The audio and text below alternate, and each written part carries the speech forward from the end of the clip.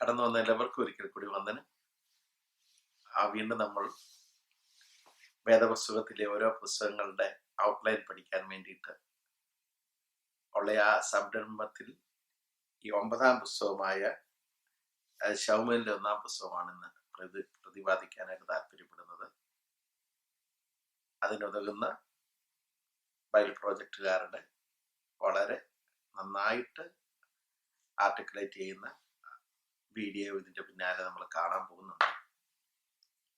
നമ്മുടെ ഉദ്ദേശം ഇത്രയേ ഉള്ളൂ, ബൈബിളിനെ പറ്റി പൊതുവായ ഒരു ധാരണ ഉണ്ടായിരിക്കുക. മിക്കവാറും 15ാം നൂറ്റാണ്ടിൽ ബൈബിള് അധ്യായങ്ങളും വാക്യങ്ങളുമായി തിരിച്ചപ്പോൾ വളരെ സൗകര്യാർത്ഥം അങ്ങനെ ചെയ്യാനായിട്ട് നമുക്ക് സാധിച്ചു. പക്ഷെ അതിൻ്റെ അകത്ത് പറ്റിയ ഒരു പരാജയം, ജനമെല്ലാവരും ഒരു വാക്യം എടുത്തിട്ട് ആ വാക്യം മാത്രം പഠിക്കാനായിട്ടും അതിലെ ആശയങ്ങളിൽ മാത്രം നിന്ന് അതിനെ വ്യാഖ്യാനിക്കുമ്പോൾ അത് തീർച്ചയായിട്ടും ഉൾപ്രേരണ നൽകുന്നതും വിശ്വാസം വർദ്ധിക്കുന്നതും അങ്ങനെ ചെയ്യണം.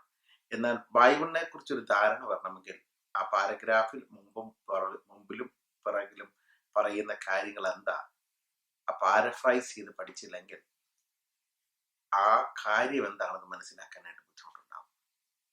മലയാളികളാകുന്ന നമുക്ക് പലപ്പോഴും കേരളത്തിൽ അല്ലെങ്കിൽ നോർത്ത് ഇന്ത്യ ജനിച്ച, മിഡിൽ ഈസ്റ്റ് ജനിച്ച ആ പ്രിയപ്പെട്ടവർക്ക് പലപ്പോഴും ആ പശ്ചാത്തലം ആ മനസ്സിൽ വെച്ചുകൊണ്ട് ആ അളവ് പോലും വെച്ച് ഇതിനെ അളക്കും. അപ്പോൾ തെറ്റായ ഒരു അളവ്, തെറ്റായ ഒരു ചിന്ത വരാൻ ചാൻസസ് ഉണ്ട്. അതുകൊണ്ടാണ് ഇങ്ങനെയൊരു സംരംഭം നമ്മൾ ചെയ്യുന്നത്. അതിനെന്നെ സഹായിക്കുന്നവർക്കായി നന്ദി. പ്രത്യേകിച്ച് എഡിറ്റ് ചെയ്ത് കാര്യങ്ങൾ ചെയ്യുന്നത് മാത്യു വർക്കിയാണ്, അദ്ദേഹത്തോട് നന്ദിയുണ്ട്. കേൾക്കാനായിട്ട് വരുന്ന കേൾവിക്കാരായ നിങ്ങളോട് എനിക്ക് നന്ദിയുണ്ട്. എൻ്റെ ചെറുപ്രായത്തിൽ തന്നെ ഞാൻ ഒരുപാട് സ്ട്രഗിൾ ചെയ്തു. കാരണം എനിക്ക് പഠിക്കാൻ വലിയ ആഗ്രഹം ഉണ്ടായിരുന്നു. ബൈബിൾ സ്കൂളിൽ പോകണമെന്ന് ആഗ്രഹം പറഞ്ഞപ്പോൾ ബൈബിൾ സ്കൂളിൽ പഠിക്കണമെങ്കിൽ അതിന് വിളിയുള്ളവർക്ക് അക്കാലങ്ങളിൽ കൊടുക്കുകയുള്ളൂ. ഇന്നത്തെ കൂട്ടുള്ള കാലമല്ല അന്ന്. ഇന്ന് കാലങ്ങളൊക്കെ വ്യത്യസ്തമായി. അപ്പോൾ ഇതിന്റെ ഉള്ളടക്കം എന്താ, എന്തിനു പറഞ്ഞു, ആർക്ക് വേണ്ടി പറഞ്ഞു, എപ്പോൾ പറഞ്ഞു, അതിന്റെ ദൈവശാസ്ത്രം എന്താണ്, അതിന്റെ ടേക്ക് ഹോം മെസ്സേജ് എന്താണ് എന്നൊക്കെ പഠിച്ചെങ്കിൽ മാത്രമേ നമുക്ക് ഇത് അനുഗ്രഹമാവുള്ളൂ. ഇല്ലെങ്കിൽ ഇത് അറാമിക് ഗ്രീക്കായിട്ട് ഇന്നും എല്ലാവരും കിടക്കും. പഠിച്ചവർ അറിവില്ലാത്തവരുടെ വ്യാഖ്യാനം കേട്ട് അവർ മൂക്കത്ത് വിരൽ വെക്കും. അങ്ങനെ ഉണ്ടാവാതിരിക്കാൻ വേണ്ടിയിട്ടാണ് നമ്മൾ ചെയ്യുന്നത്. നമ്മളാരും സ്കോളേഴ്സ് ഒന്നും അല്ല. നമ്മുടെ ഈ ആത്മീയ യാത്രയിൽ നമ്മൾ ഈ വചനത്തിലൂടെ, ചരിത്രത്തിലൂടെ, പിതാക്കന്മാരുടെ ജീവിതത്തിലൂടെ ദൈവം ഓരോ കാലഘട്ടത്തിൽ ജീവിച്ചിരുന്ന മനുഷ്യരോട് എങ്ങനെ ഇടപെട്ടു എന്നൊക്കെയുള്ള കാര്യമാണ്. വളരെ ഇൻട്രസ്റ്റിംഗ്. മനസ്സോട് ഇതിനു വേണ്ടി ധ്യാനിപ്പാനും പഠിപ്പാനും വരുന്ന പല ആവർത്തികൾ ധ്യാനിച്ചാലും ഇതിൽ നിന്ന് മെനക്കേടാണെന്ന് തോന്നില്ല. ഇതിനോട് വീണ്ടും വീണ്ടും ആർത്തി ഉണ്ടാവും. ഒരു മാന് നീർത്തോടിന്റെ സന്നിധിയിൽ അല്ലെങ്കിൽ അടുക്കിലേക്ക് പോകാൻ കാംക്ഷിക്കുന്നത് പോലെ നമ്മുടെ ആത്മാവ്, ദേഹി ആത്മാവ് ഈ സ്വർഗീയ അരിവിലേക്ക് നമ്മെ വീണ്ടും വീണ്ടും കൊണ്ടെത്തിക്കും. ഇന്നത്തെ പുസ്തകത്തെ കുറിച്ച് പറയാം. ശൗമേലിന്റെ പുസ്തകം. ന്യായാധിപന്മാരുടെ കാലത്ത് ജനം ഇഷ്ടം പോലെ ജീവിച്ചു, തങ്ങൾക്ക് തോന്നിയ പോലെ. അങ്ങനെ ഒരു കാലഘട്ടമായി ഇപ്പോഴും. എല്ലാവർക്കും അവരവർ പറയുന്ന റൈറ്റാണ്. നിയമങ്ങളെ അനുസരിപ്പാനും. നിയമങ്ങൾ എന്തിനാ വെച്ചിരിക്കുന്നത്? മനുഷ്യർക്ക് വേണ്ടി വെച്ചിരിക്കുന്നതാണ്. മനുഷ്യരുടെ സുഗമമായ പ്രവർത്തനങ്ങൾക്ക് വേണ്ടി നിയമങ്ങളുണ്ട്. പല ആൾക്കാർ നിയമങ്ങൾ തെറ്റിക്കുന്നുണ്ട്. നമ്മളെല്ലാം തെറ്റിക്കാറുണ്ട്. വലിയ നിയമങ്ങൾ തെറ്റിക്കുമ്പോൾ ആണ് പിടിക്കപ്പെടുന്നത്. എന്നാൽ ചെറിയ നിയമങ്ങളും പലപ്പോഴും നാം തെറ്റിക്കാറുണ്ട് എന്നൊരു അധ്യാപകം പറഞ്ഞ് ഞാൻ ഓർക്കുന്നുണ്ട്. കാരണം കേരളത്തിന് വെളിയിലാണെങ്കിൽ നിങ്ങൾക്കറിയാം, സ്റ്റോപ്പ് എന്ന് വെക്കുമ്പോൾ കംപ്ലീറ്റ് സ്റ്റോപ്പ് ചെയ്തിട്ട് പിന്നെ പ്രൊസീഡ് ചെയ്യുന്നതാണ് അതിൽ ഉദ്ദേശിക്കുന്നത്. നാം എന്ത് ചെയ്യും? ജസ്റ്റ് ഈൽഡ് ചെയ്തിട്ട് ഇടം വരെ നോക്കും, വണ്ടിയിലേ പോകും. അപകടമൊന്നും ഉണ്ടാവില്ല. പക്ഷേ നിയമം വെച്ചിരിക്കുന്നത് പാലിക്കുന്നത് പാശ്ചാത്യ നാടുകളിൽ, അമേരിക്കയിലൊക്കെ ചെന്നാൽ കർശനമാണ്. അവർ സ്റ്റോപ്പ് ചെയ്ത് ആ ഇടം വലം നോക്കി മുൻപോട്ട് ഗമിക്കാനായിട്ട് അവർ ശ്രമിക്കാറുണ്ട്. ഇല്ലെങ്കിൽ അവർക്ക് ടിക്കറ്റ് കിട്ടും. അപ്പോൾ നിയമങ്ങൾ പലപ്പോഴും വെച്ച് മാനുഷ്യ നിയമങ്ങളുണ്ട്, അതുപോലെ ദൈവീയ നിയമങ്ങളുണ്ട്, കുടുംബത്തിന് നിയമമുണ്ട്. എൻ്റെ അയൽവാസിയായ ഒരാളിനെ മറ്റ് സംസ്കാരത്തിലുള്ള ഒരാളെ വിളിച്ച് പറഞ്ഞു, എൻ്റെ റൂഫിന്റെ അടി താമസിക്കണം എൻ്റെ മക്കൾക്ക്, എൻ്റെ കുടുംബത്തിലൊരു നിയമമുണ്ട്. ഞാൻ ചെന്ത് പറയുന്നത് ശരിയാ, കുടുംബത്തിലൊരു നിയമമുണ്ട്. എഴുതപ്പെട്ട നിയമം അല്ലെങ്കിൽ പോലും അപ്പന്, അമ്മ, കുഞ്ഞുങ്ങൾക്ക് ഓരോരുത്തർക്കും ഒരു ധർമ്മങ്ങളുണ്ട്. ആ ധർമ്മം തെറ്റിച്ചാൽ നാം അധർമ്മികളായി മാറും. ധർമ്മം, അധർമ്മം, അതാണ് ഈ പാപം എന്ന് പറയുന്നത്. പാപം എന്ന് പറയുമ്പോൾ ചില കാര്യങ്ങൾക്ക് വലിയ മത്തങ്ങ തൂക്കുന്ന പോലെ ഉള്ളൊരു ത്രാസും, അതുപോലെ തന്നെ ചിലതിന് പൊന്ന് തൂക്കുന്ന പോലെ ഒരു ത്രാസും ഇല്ല, അളവ് പോലെ ഒന്നാണ്. അപ്പോൾ ഇതെല്ലാം പാലിക്കപ്പെടണം. ഇതിൻ്റെ അകത്തുള്ള തെറ്റുകളെ കണ്ടുപിടിക്കുകയും ദാവീദ് പറയുന്ന പോലെ തൻ്റെ തെറ്റുകളെ, പാവങ്ങളെ ഏറ്റുപറയുകയും ചെയ്ത് ഉപേക്ഷിച്ചെങ്കിൽ മാത്രമേ നമ്മുടെ ജീവിതത്തിൽ നമുക്ക് പ്രോഗ്രസ് ഉണ്ടാവുള്ളൂ. നമ്മൾക്ക് പഠിക്കാൻ പോകുന്നത് ന്യായാധിപന്മാരുടെ ശേഷം രൂത്ത്, ഒരു വളരെ സക്സസ്ഫുൾ സ്റ്റോറിയാണ്. അതിനുശേഷം ഇതാ വേറൊരു സഹോദരിയെ കാണുന്നു, ഹന്ന. ഹന്ന എന്ന് പറയുന്ന എൽഖാനയുടെ ആദ്യ ഭാര്യ ആയിരിക്കണം എന്നാണ് ചരിത്രം പറയുന്നത്. നമുക്ക് വാദഗതിക്ക് വേണ്ടിയിട്ടല്ല, പഠനത്തിന് വേണ്ടിയിട്ടാണ് പോകുന്നത്. ആ മക്കൾ ഉണ്ടാകാത്തത് കൊണ്ടായിരിക്കാം, ഇത് ലേവ്യനാണ്. ലേവ്യൻ അങ്ങനെ രണ്ടാമത് വിവാഹം കഴിക്കുക എന്ന് പറയുന്നത് അവരുടെ ഇടയിൽ അത് പതിവില്ല. എങ്കിലും അദ്ദേഹം വിവാഹം കഴിച്ചു. പെനിന്നയ്ക്ക് മക്കളുണ്ട്, ഹന്നയ്ക്ക് മക്കളില്ല. അങ്ങനെയുള്ള ഒരു സ്റ്റോറി തുടങ്ങുക. ശമൂവേലിന്റെ ജനനം.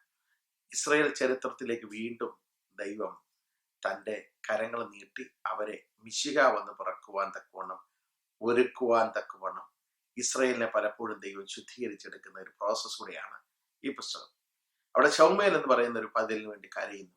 ഹൃദയം കൊണ്ട് ദൈവത്തോട് സംസാരിച്ചു, അതരം ചലിച്ചില്ല.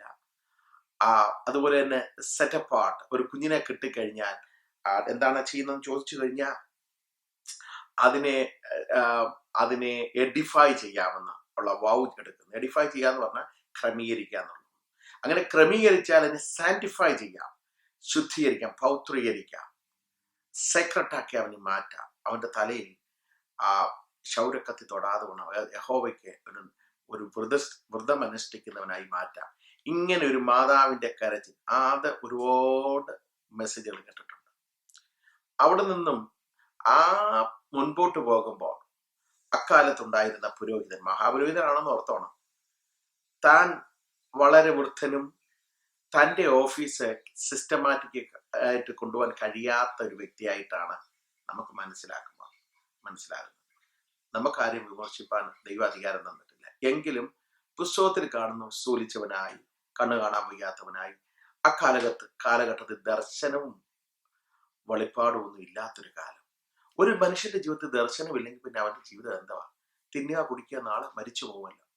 അങ്ങനെയുള്ള ഒരു ചിന്ത, അത് ചില ഗ്രീക്ക് തത്വചിന്തകന്മാർ പറഞ്ഞതുപോലെ, ഒമർ ഖയ്യാം എന്ന് പറഞ്ഞ ഒരു മനുഷ്യൻ പറഞ്ഞതുപോലെ, അങ്ങനെയുള്ള ചില തത്വചിന്തകന്മാരുടെ പോലെ നാളത്തെക്കുറിച്ചൊരു വിചാരമില്ല, ദർശനമില്ലാത്ത ഇടത്ത് ജനം മര്യാദ വിട്ടു പോകും എന്നൊക്കെ നമ്മൾ കേട്ടിട്ടുണ്ട് വചനത്തിൽ. തീർച്ചയായും നമുക്കൊരു ദർശനം ഉണ്ടായിരിക്കണം. ഒരു ഇംഗ്ലീഷ് നോവലുണ്ട്. ഞാൻ നോവലിന്റെ ചെറിയ കഥകളൊക്കെ എന്നാണെന്നുള്ള സാരാംശമേ പഠിച്ചിട്ടുള്ളൂ. അത് റഷ്യൻ ഫിലിം പോലും ആയിട്ടുള്ളതാണ്. അതിനെക്കുറിച്ച് പറയുന്ന ഒരു കഥയുണ്ട്. ആ കഥ ഒരു ഒരു ഒരു മുക്കുവനും വലിയ മത്സ്യവുമാണ്. മലയാളീകരിച്ച് ഞാൻ പറയാം. വളരെ ആഗ്രഹത്തോടുകൂടി തൻ്റെ ആഗ്രഹം വലിയ ഒരു മത്സ്യത്തെ പിടിക്കണം. 85 ദിവസത്തെ പരിശ്രമം. ആ നോവലിസ്റ്റ് വളരെ കാര്യങ്ങൾ പാശ്ചാത്യ പശ്ചാത്തലത്തിൽ എഴുതിയിരിക്കുന്നത്, ഞാനത് മലയാളീകരിച്ച് പറയുന്നതേ ഉള്ളൂ. അവസാനം അദ്ദേഹം വലിയൊരു മത്സ്യത്തെ പിടിക്കുന്നു. മത്സ്യവുമായി കരയിൽ വരുവാനായിട്ടുള്ള സ്ട്രഗിൾ, ദിവസങ്ങൾ എടുത്ത് മത്സ്യം വന്നപ്പോൾ മത്സ്യത്തെ കൊന്നു.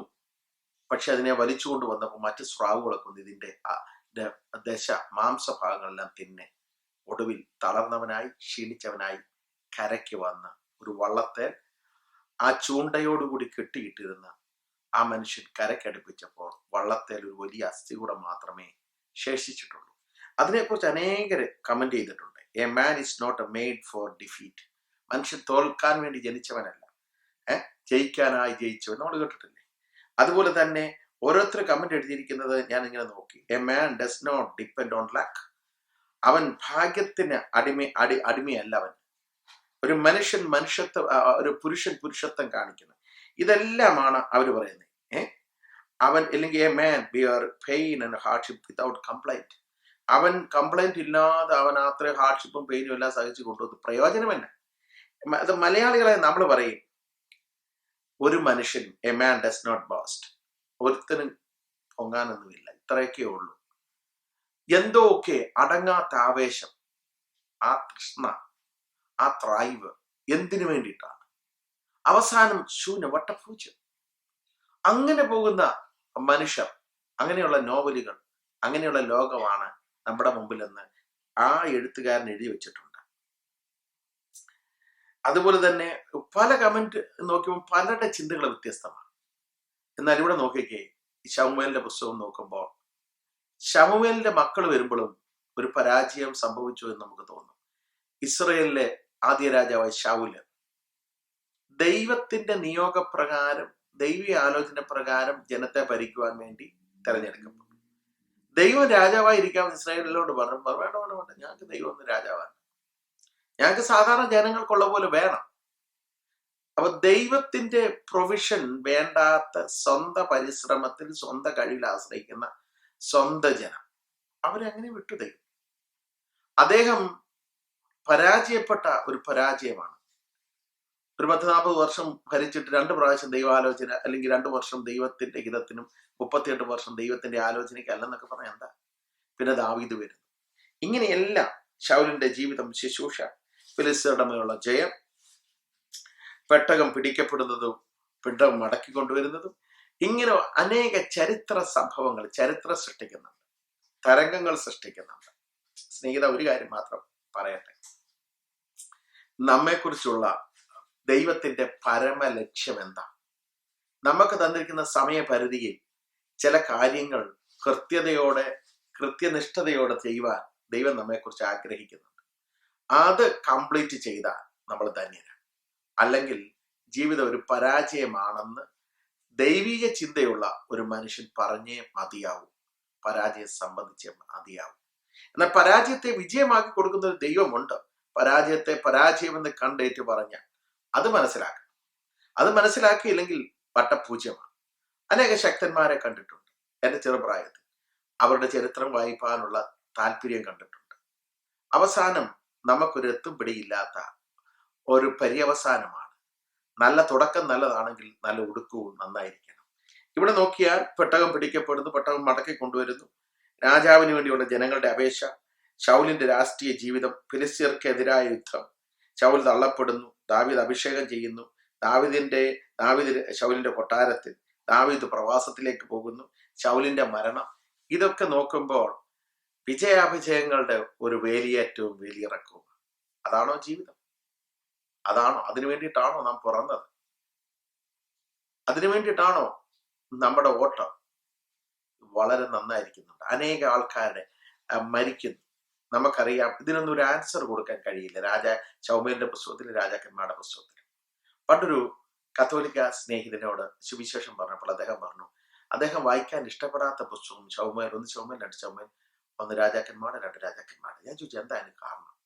അയ്യോ, അതിൻ്റെ തപ്പുടി വയലൻസാണ്. ദൈവം അത് പറഞ്ഞു.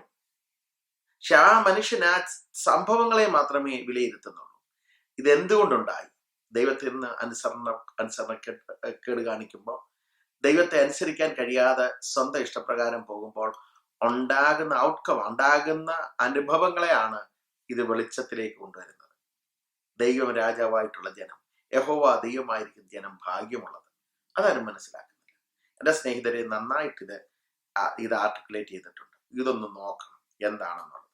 ബൈബിൾ പ്രോജക്റ്റുകാർ സാധാരണക്കാർക്ക് വേണ്ടി പഠിക്കുവാനും മനസ്സിലാക്കാൻ വേണ്ടിയിട്ട് ഡിസൈൻ ചെയ്ത ഇത് നമുക്കൊരു പാഠമാണ്. ഇത് പഠിച്ചു കഴിഞ്ഞാൽ ഈ പുസ്തകത്തിൽ നിന്ന് ഒരുപാട് കാര്യങ്ങൾ നമുക്ക് മനസ്സിലാക്കുവാൻ സാധിക്കും. പേഴ്സണൽ ആപ്ലിക്കേഷൻ, നമ്മുടെ വ്യക്തിപരമായ ജീവിതത്തിൽ നമുക്കത് അനുഗ്രഹമാണ്. നിങ്ങളുടെ സമയം, വിലപ്പെട്ട സമയം മുടക്കി ഇത് കേൾക്കുന്നതിൽ എനിക്ക് നന്ദിയുണ്ട്. ഇത് കേൾക്ക്. അതിന് ശേഷം നമുക്ക് കൺക്ലൂഡ് ചെയ്യാം. നന്ദി. The books of 1st and 2nd Samuel. They're 2 separate books in our modern Bibles, but that division is due simply to scroll length. It was originally written as one coherent story. We're just going to cover the book of 1 Samuel in this video. So after Israel was rescued from slavery in Egypt, they made a covenant with God at Mount Sinai and eventually came into the Promised Land. And there, Israel was supposed to be faithful to God and obey the covenant commands. Before the book of Samuel, Judges showed how Israel failed at that task big time. It was a period of moral chaos, and it showed Israel's need for wise, faithful leaders. The book of Samuel provides an answer to that need. The book of Samuel's story focuses on three main characters: the prophet Samuel, where the book gets its name, and then King Saul, and after that, King David. And all three of them transitioned Israel from a group of tribes ruled by judges into a unified kingdom ruled by King David in Jerusalem. And the book of Samuel has a fascinating design that weaves the story of these three characters together in four main parts. Samuel, he's the key leader and prophet in the first section of the book, but then he also plays a key role in the next section, which is Saul's story, and it's told in two movements: Saul's rise to power and then his failures. And the second part is about his downfall and his tragic death. And then the drama of Saul's demise is matched by David's exciting rise to power.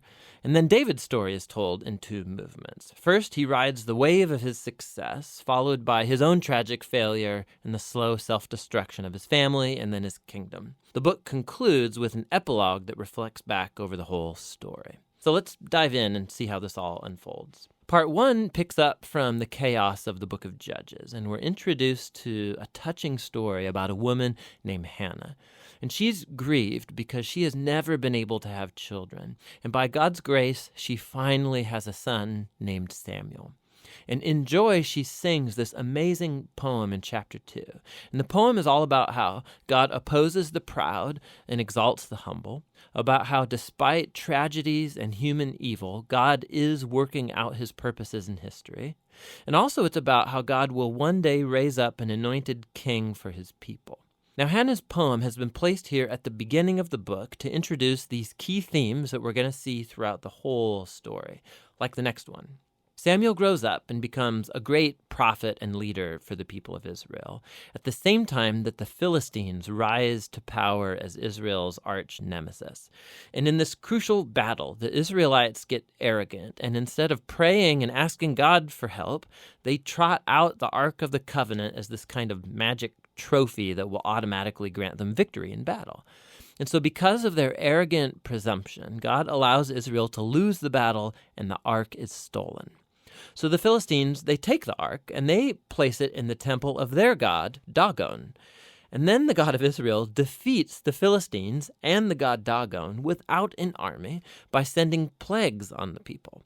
And then the Philistines don't want the ark anymore, obviously, and they send it back to Israel. And the point of this little story seems to be this: God is not Israel's trophy, and he opposes pride among the Philistines, but also among his own people. And so Israel needs to remain humble and obedient if they want to experience God's covenant blessing, which opens up into the next large section. The Israelites come to Samuel and they say, "Hey, we want a king like all the other nations have. Go find one for us." And so Samuel, he's kind of ticked off and he goes to consult with God. And God says, yes, their motives are all wrong, but if a king is what they want, give them one. And so we're introduced to the figure of Saul. Now, Saul is a tragic figure because he begins full of promise. He's tall, he's good-looking, he's a perfect candidate for a king. But he has deep character flaws. He's dishonest, he lacks integrity, and he seems incapable of acknowledging his own mistakes. And so these flaws become his downfall. He wins some battles at the beginning, but his flaws run so deep, he eventually disqualifies himself by blatantly disobeying God's commands.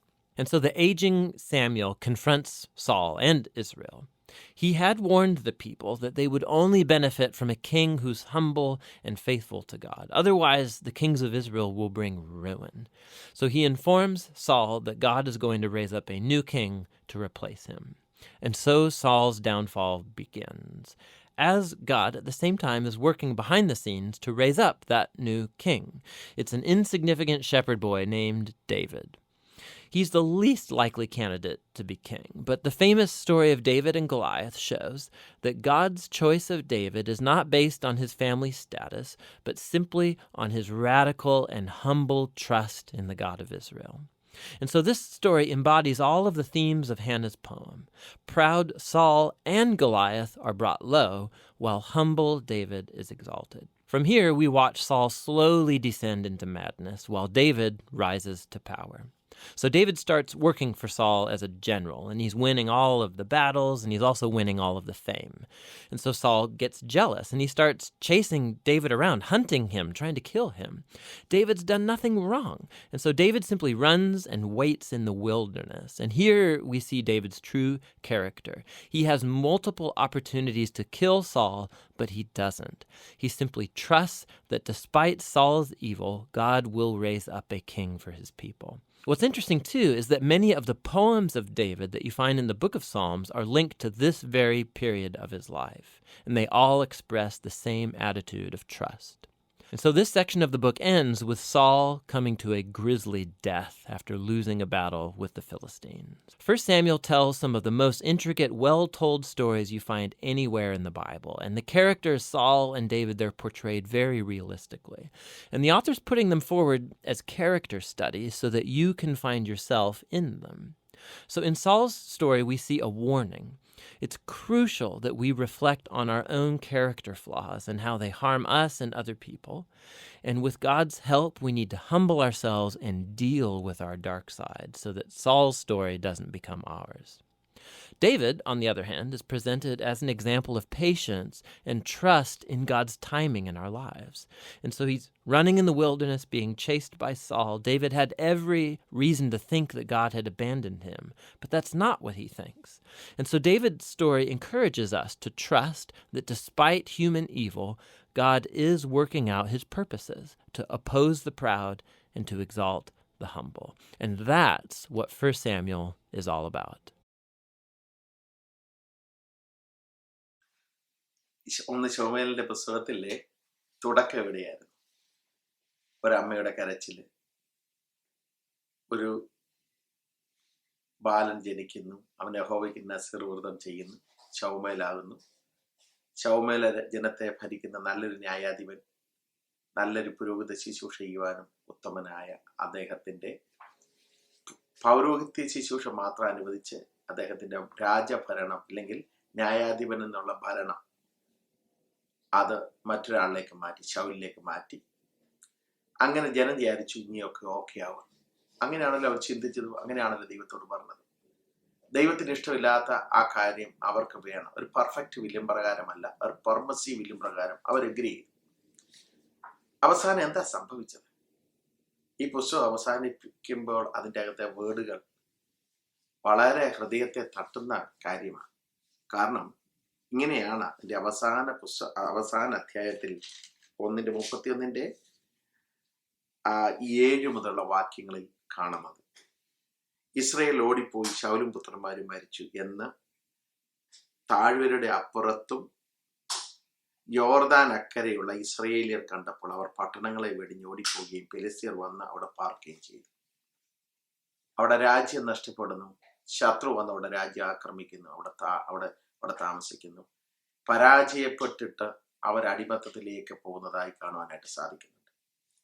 മാത്രമല്ല മറ്റ് പല കാര്യങ്ങൾ നമ്മൾ വായിക്കുമ്പോൾ ശ്രദ്ധിച്ചാൽ അവർ അവന്റെ തല വെട്ടി അവന്റെ ആയുധവർഗം അഴിച്ചെടുത്ത് തങ്ങളുടെ വിഗ്രഹ ക്ഷേത്രങ്ങളിലും ജനത്തിന്റെ ഇടയിലും വർത്തമാനം അറിയിക്കേണ്ടതിന് ഫെലിസ്ത്യ ദേശത്ത് എല്ലായിടവും അയച്ചു. അവന്റെ ആയുധവർഗം അവരുടെ ക്ഷേത്രത്തിൽ കൊണ്ടുവയ്ക്കുന്നു. മാത്രമല്ല ശൗലിന്റെയും പുത്രന്മാരുടെയും ശവം എടുത്ത് കൊണ്ടുവന്ന് അവിടെ വെച്ച് ദഹിപ്പിക്കുന്നു.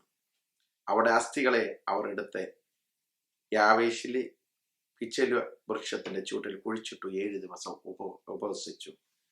ഒരു വളരെ ദുഃഖപൂർണമായ ഒരു പര്യവസാനം. തുടക്കം മനോഹരമാണ്, ഒടുക്കം പരാജയപ്പെട്ടതായിട്ട് ശൗലിന്റെ പരാജയത്തെ കുറിച്ച് എഴുതി അവസാനിപ്പിക്കുക. ശൗല് എന്ന് പറയുമ്പോൾ രാജാവായിരുന്നു. രാജാവും രാജപുത്രന്മാരുടെയും മരണം, ദേശം അന്യാധീനപ്പെട്ടു, അവിടെ അനുഗ്രഹങ്ങളെല്ലാം പോയി, വിദേശികർ വന്ന് അവരെ കീഴടക്കി, നല്ല ഒരു അടക്കം പോലും കിട്ടിയില്ല. ദൈവഹിതത്തിനല്ലാതെ പോകുന്നവരുടെ ജീവിതം ഇതുപോലെ ആയിരിക്കും എന്നുള്ള കഥയുണ്ട്. എത്ര വലിയ ശൂരനാണെങ്കിലും, എത്ര വലിയ കഴിവ് കിട്ട ആളാണെങ്കിലും, ഇവൻ ദൈവത്താൽ തിരഞ്ഞെടുക്കപ്പെട്ട ആളാണെങ്കിൽ പോലും ദൈവകൃപയിൽ നിലനിന്നില്ലെങ്കിൽ പരാജയമാണ്. ആദ്യം രാജാവായിട്ട് ശൗലിന് ഒരു ചാൻസ് കിട്ടി, അത് നമുക്കറിയാതെ പോകുന്നുണ്ട്. പിന്നെ ദൈവം വിചാരിച്ചു ഇവന് രാജാവായിരുന്നല്ലോ, അപ്പൊ അവൻ ആ രാജസ്ഥാനത്ത് നിന്ന് മാറ്റി ദാവീദിന് ആ രാജാവായിട്ട് കൊടുത്തു കഴിഞ്ഞപ്പോ പിന്നെ ഒരു സ്ഥാനം കൊടുക്കാനില്ല, ഒരു രാജാവേ പാടുള്ളൂ. അപ്പൊ പുള്ളി പ്രവാചകന്മാരുടെ കൂട്ടത്തിലേക്ക് പോയി ഒരു അഭിഷേകം കിട്ടുന്നുണ്ട്. അതുകൊണ്ട് ശൗല് പ്രവാചകന്മാരുടെ കൂട്ടത്തിലുണ്ടല്ലോ എന്ന് പറയുന്നത്. അങ്ങനെ പ്രവാചകനാക്കാം എന്ന് വെച്ചാൽ ശൗമേല് പ്രവാചകനും ഒരു ഭരണകർത്താവുമായിരുന്നു.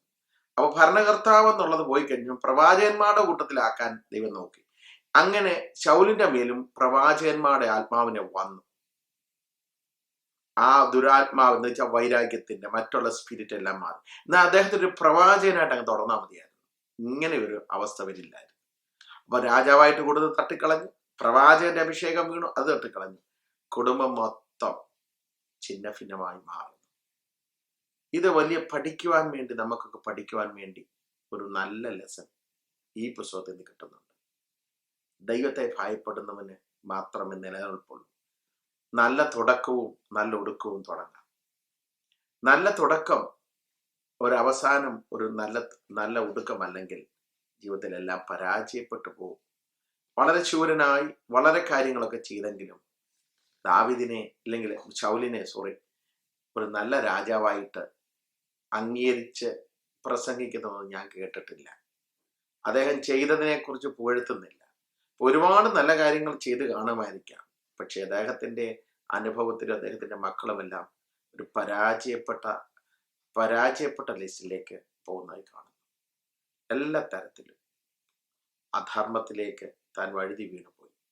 നല്ലൊരു പാഠമാണ്. നമുക്ക് വിധിക്കേണ്ട, കണ്ട് മനസ്സിലാക്കുവാനും നമ്മുടെ ജീവിതത്തെ ശോധന ചെയ്യുവാനും ഇത് ഉതകട്ടെ എന്നുള്ള പ്രാർത്ഥനയോടുകൂടി ഈ 1-ാം പുസ്തകത്തിന് വിരാമം ഇടുന്നു. ദൈവം അനുവദിച്ച അടുത്ത ആഴ്ച നമ്മൾ 2 ശൗമേൽ പഠിക്കാം. അത് മറ്റൊരു ആളുടെ ജീവിതത്തിലേക്ക് വെളിച്ചം വീശുന്നതാണ്. അത് നമുക്ക് അടുത്ത ആഴ്ച പഠിക്കാം. ദൈവം അനുഗ്രഹിക്കട്ടെ. Thank you.